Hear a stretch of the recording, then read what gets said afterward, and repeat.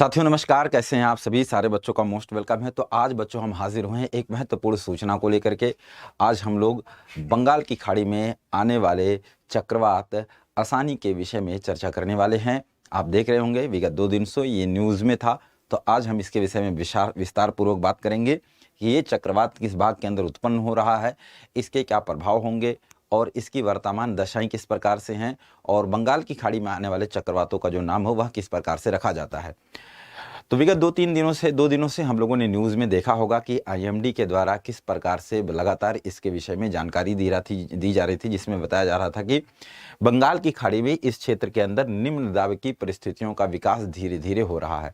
अतः निम्न दाब की परिस्थितियों का जब विकास होता है तो उस भाग के अंदर अन्य भागों से हवाएं एक प्रकार से कह सकते हैं तीव्र गति से आती हैं और आकर ऊपर की ओर उठकर चक्रवातों का निर्माण करती हैं और निर्माण कर वो आगे की ओर प्रवाहित होते हुए चलती हैं। ठीक है, ऐसी दशा में हम लोग देखेंगे बंगाल की खाड़ी में ही सेम घटना हमको देखने को मिलेगा। यहाँ पर हम देखने को पाते हैं कि किस प्रकार से बंगाल की खाड़ी में लगभग जो हमारा अंडमान निकोबार द्वीप समूह है, उस अंडमान निकोबार द्वीप समूह के आप कहेंगे कि जो पश्चिमी भाग हमारा होगा उसके तटीय भागों के आसपास इसका निम्न दाब का विकास हुआ और उसके बाद फिर ये धीरे धीरे आपका कह सकते हैं कि आगे की ओर बढ़ रहा है। जब ये आगे की ओर बढ़ रहा है उस दौरान हम लोग देखते हैं कि जब इसकी गति बढ़ करके लगभग 62 किलोमीटर प्रति घंटा से ज़्यादा हो गई, तब इस चक्रवात का नाम रख दिया गया। और इस चक्रवात का जो नाम रखा गया वो चक्रवात का नाम क्या रखा गया बच्चे? चक्रवात आसानी। चक्रवात आसानी जो है वो श्रीलंका के द्वारा दिया गया है, जिसका अर्थ होता है बच्चे क्या? क्रोध। जिसका अर्थ क्या होता है बच्चे? क्रोध होता है। ठीक है, अब आपके जहन में ये सवाल आ रहा होगा कि चक्रवात आसानी का नाम जैसे ही चक्रवात आया तुरंत कैसे रख दिया गया? तो इसके पीछे एक प्रक्रिया है जिसके विषय में मैं आपको बताऊंगा। ऐसा नहीं है कि इस चक्रवात का नाम तुरंत रखा गया है, इस चक्रवात का नाम पहले ही रख दिया गया है। अतः 2020 में ही एक प्रकार से कह सकते हैं रख दिया गया था, और अब जब वो चक्रवात आया तो उसका नाम यहाँ पर जो है मेंशन कर दिया गया। बहरहाल चक्रवातों का नाम कैसे रखा जाएगा वो अलग प्रक्रिया होगी, हम यहाँ पर बात करते हैं। ये चक्रवात धीरे धीरे आपका इंडिया की ओर बढ़ रहा है। समुद्री लहरों में उछाला गया है और कहा गया लगभग 0.5 मीटर समुद्री लहरों में आपके वृद्धि हुआ है, जिसके कारण कहा जा रहा है कि यहाँ के जो तटीय क्षेत्र हैं वहाँ पर आप देख सकते हैं कि जलमग्न क्षेत्र का विकास हो रहा है। तटीय भागों में फ्लड की घटनाओं में वृद्धि होने की संभावना है। यही कारण है कि इन तटीय क्षेत्रों में मछुआरों को एक प्रकार से हिदायत दी गई है कि अभी यहाँ पर जाना नहीं है। इस भाग के अंदर हमारे एनडीआरएफ की टीम ऑलरेडी तैनात है और इसके अंतर्गत प्रभावित होने वाले अगर हम राज्यों की बात करते हैं तो मूल रूप से इससे प्रभावित होने वाला राज्य हमारा यहाँ पर आप देख सकते हैं कि पश्चिम बंगाल होगा, ओडिशा हो जाएगा और एक तीसरा राज्य हमारा हो जाएगा कौन सा बच्चे? आंध्र प्रदेश। तो ये 3 राज्य मुख्य रूप से प्रभावित होंगे।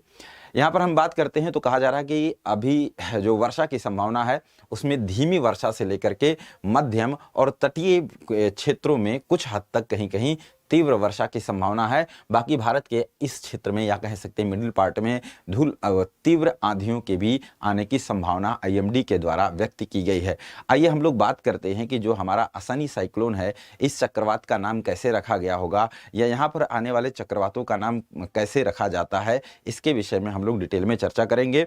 तो यहाँ पर हम कुछ पॉइंट लिखे हुए हैं उसको देख सकते हैं कि चक्रवात आसानी श्रीलंका के द्वारा नाम दिया गया जिसका अर्थ है क्रोध। इस क्षेत्र का विकास बंगाल की खाड़ी में हो रहा है। इससे प्रभावित होने वाले अगर हम राज्यों की बात करते हैं तो मूल रूप से पश्चिम बंगाल, उड़ीसा और आंध्र प्रदेश है। उत्तर पश्चिम दिशा की ओर बढ़ रहा है, ये उत्तर पश्चिम दिशा की ओर साइक्लोन ये आपका बढ़ रहा है। समुद्री लहरों में 0.5 मीटर ऊंची उठने की संभावना है, जिसके कारण कहा जा रहा है कि कृष्णा और पूर्वी पश्चिमी गोदावरी आंध्र प्रदेश के विशाखापत्तनम जिले के निचले भागों में कहा जा रहा है जल के प्रवेश होने की संभावना है, जिसकी वजह से यहाँ पर फ्लड के या बाढ़ के आने की संभावना व्यक्त की जा रही है। आइए हम लोग देखते हैं कि यहाँ पर आने वाले जो साइक्लोन होते हैं, जो चक्रवात होते हैं, उनका नाम कैसे रखा जाता है। अगर हम इसके विषय में बात करेंगे तो कहा जाता है कि जब किसी भी स्थान पर समुद्री भाग में निम्न दाब का विकास होता है और वहाँ पर लगभग 62 किलोमीटर प्रति घंटा के आसपास वायु पवनों की जो गति होती है तब उसे हम लोग साइक्लोन दे देते हैं और उस साइक्लोन का नाम जो है डिसाइड किया जाता है कि इससे हिंद महासागर, बंगाल की खाड़ी और उसके साथ साथ आपके कह सकते हैं कि जो अरब सागर है इससे संबंधित जो आपके देश हैं, इन देशों में 13 देश हैं जिसमें इंडिया भी शामिल है, जिसमें श्रीलंका शामिल है, जिसमें बांग्लादेश, जिसमें मालदीव, जिसमें आपका जो है कह सकते हैं पाकिस्तान शामिल है, जिसमें आपका जो है ईरान भी शामिल है, जिसमें आपका यूएई शामिल है, जिसमें ओमान है, यमन है, आपका जो है सऊदी अरबिया इसके अंतर्गत शामिल है, मालदीव इसके अंतर्गत शामिल है। तो इस प्रकार से कुल मिलाकर के आपकी 13 कंट्रीज लगभग हैं जो यहाँ पर आपका नाम दिए हैं। यह प्रक्रिया 2020 के अंदर संपन्न की गई थी, जिसमें 13 देशों के द्वारा 13 नाम सुझाए गए थे और टोटल जो लिस्ट बनाई गई थी वो आपकी 169 यानी 169 चक्रवातों के नाम की सूची तैयार की गई थी और वह सूची आईएमडी को सौंप दी गई। और यह फिर जो है बच्चे आपके क्षेत्रीय जो मौसम विज्ञान संगठन है, विभाग हैं, उनके साथ संपर्क करके और उसके साथ वैचारिक स्तर पर बात करके इनके नामों की क्या है घोषणा की जाती है। तो यह चीज़ पहले से अप्रूव रहती है कि अगर कोई चक्रवात आता है उसका नाम फला रहेगा, तो पहले से ये डिसाइड रहता है। जैसे वो चक्रवात आया तुरंत उसका नाम उठा करके रख दिया जाता है। जब चक्रवातों का नाम रखा जाता है तो उस चक्रवातों के नाम में कुछ प्रमुख शर्तें भी रखी जाती हैं। जैसे सबसे पहले ये चीज कहा जाता है कि जो भी चक्रवात का नाम दिया गया है लिस्ट में वह रिपीटेड नहीं होना चाहिए। ये पहली शर्त होती है कि जो चक्रवात का नाम दिया गया है वह रिपीटेड आपका नहीं होना चाहिए। और इसके साथ साथ दूसरी शर्त रखी जाती है कि जो चक्रवात का नाम दिया गया है वह चक्रवात का नाम 8 लेटर से ज्यादा नहीं होना चाहिए। क्या कहा गया है बच्चे कि उस चक्रवात का जो नाम है वो 8 अक्षर अधिकतम हो सकते हैं।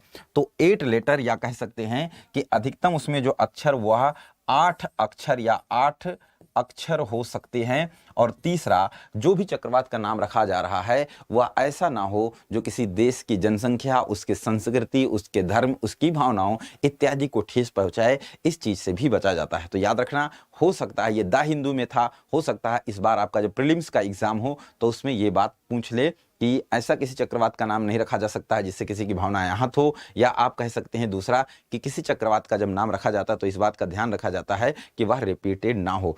अच्छा, तो ये सारे बातें हो गई। अब हम लोग यहाँ पर देखेंगे कि बंगाल की जो खाड़ी है, बंगाल की खाड़ी में आने वाला जो चक्रवात होता है वह किस प्रकार का चक्रवात है। तो कहेंगे बंगाल की खाड़ी के अंदर आने वाला जो चक्रवात होता है वह उष्णकटिबंधीय चक्रवात है जो आकर के भारत के पूर्वी तटीय राज्यों और क्षेत्रों को प्रभावित करने का काम किया करता है। और ये चक्रवात जब तक पश्चिम की ओर बढ़ता है तब तक इसमें वायु के अंदर स्पीड में कमी आ जाती है, इसमें आर्द्रता कमी हो जाती है, वर्षा की मात्रा में कमी आ जाता है। अतः यह बात कहा जा सकता है इसका अधिकतम प्रभाव इन्हीं क्षेत्रों में हुआ करता है। ठीक है, तो ये सारे आपके क्या हो जाएंगे, ये सारे इससे रिलेटेड आपकी चीज़ें हो जाएंगी। तो मेरे दोस्तों, मैं आज की क्लास के अंदर ये कोशिश किया कि आप लोगों को एक ऐसी सूचना दे दी जाए, चीज़ें बता दी जाएं जिसमें आपको सारी चीज़ें इससे रिलेटेड जानकारी आपको मिल जाए। ठीक है, तो आज के लिए हम लोग इसको यहीं पर रखेंगे। मिलते हैं फिर से अगली क्लास में। बहुत बहुत शुक्रिया। उम्मीद है कि यह क्लास, इसमें जो चीज़ें मैंने आपको बताया हुआ है वो आपके लिए लाभदायक हुआ होगा। Thank you very much. धन्यवाद। नमस्कार।